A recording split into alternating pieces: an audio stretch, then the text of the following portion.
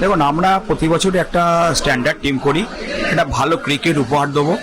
কিন্তু এবছর দেখছিলাম যে আমাদের টিমটা খুব ভালোই হয়েছে এবং ধারাবাহিকভাবে ভালো খেলছে এবং এখনও পর্যন্ত লিগে আমরা আনবিটেন যাচ্ছি এবং আজকে তো আমরা ভালো জিতেছি সিসিবিকে 4 উইকেটে হারিয়ে দিয়ে, এবং এটা আমাদের বেহালা ফ্রেন্ডস ইউনিয়ন ক্লাবে আমার 85 বছরের যে বয়স, এই প্রথমবার আমরা ফাইনালে উঠেছি।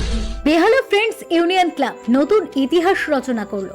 85 বছরের ক্লাবের ইতিহাসে প্রথমবার দ্বিতীয় ডিভিশন ক্রিকেটের ফাইনালে উঠল বেহালা ফ্রেন্ডস ইউনিয়ন ক্লাব। এই ক্লাব থেকে সিএবিতে প্রতিনিধিত্ব করেন সিএবি পর্যবেক্ষক কমিটির চেয়ারম্যান শ্রীমন্ত কুমার মল্লিক। স্বাভাবিকভাবেই ক্লাব কর্তাদের পাশাপাশি আনন্দিত তিনিও। শ্রীমন্ত কুমার মল্লিক বলেন, সংঘবদ্ধ ক্রিকেট ও ধারাবাহিকভাবে ভালো খেলার দাম পেল বেহালা ফ্রেন্ডস ইউনিয়ন ক্লাব। আগামী জুন মাসের শুরুতে সুবারবান ক্লাবের বিরুদ্ধে ফাইনাল খেলতে নামবে বেহালা। শনিবার ম্যাচে সিসিবি 346 রান তুললে বেহালার লক্ষ্যমাত্রা হয়ে দাঁড়ায় 347 রান। তবে বৃষ্টিতে খেলা বিঘ্নিত হওয়ায় লক্ষ্য কমে হয় 164 রান।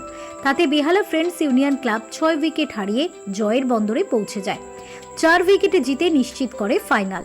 আমরা টিম করেছি, যদিও এটা আমাদের লো বাজেটের টিম, কিন্তু ছেলেটা ভালো খেলছে এবং আমরা প্রতিশ্রুতিবদ্ধ যে আমরা ভালো ক্রিকেট খেলব। দেখুন, সামনে বড় টিম আছে, সুবর্বন টিম, নিঃসন্দেহে ভালো টিম, ভালো খেলছে।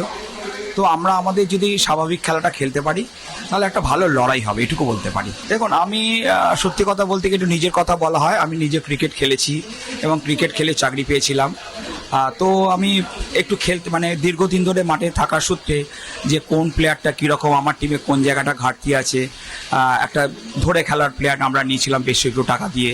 আর দুটো বাচ্চা ছেলে, যেটা আমরা গত বছরে 16, যেটা একটা ফ্যাক্টর হয়, আমরা বেছে বেছে দুটো ভালো ছেলে নিয়েছিলাম যারা জোরে বলটা করে, ব্যাটটা করতে পারে। ফলে টিমে একটা ভারসাম্য তৈরি হয়ে গেছে, কেউ না কেউ কোনো না সময় খেলে দিচ্ছে। এবং আমার টিমে 5টা ভালো বাঁধি ব্যাটসম্যান আছে, 6টা ডানহাতি ব্যাটসম্যান আছে। ফলে টিমটা খুব অলরাউন্ডার, যা টিমটা ভালো খেলছে। আমরা আশাবাদী, যদিও ক্রিকেট খেলা, তো আমরা শেষ পর্যন্ত লড়বো এবং তারপর তো ওপরওয়ালার হাত। Bureau report, channel 10।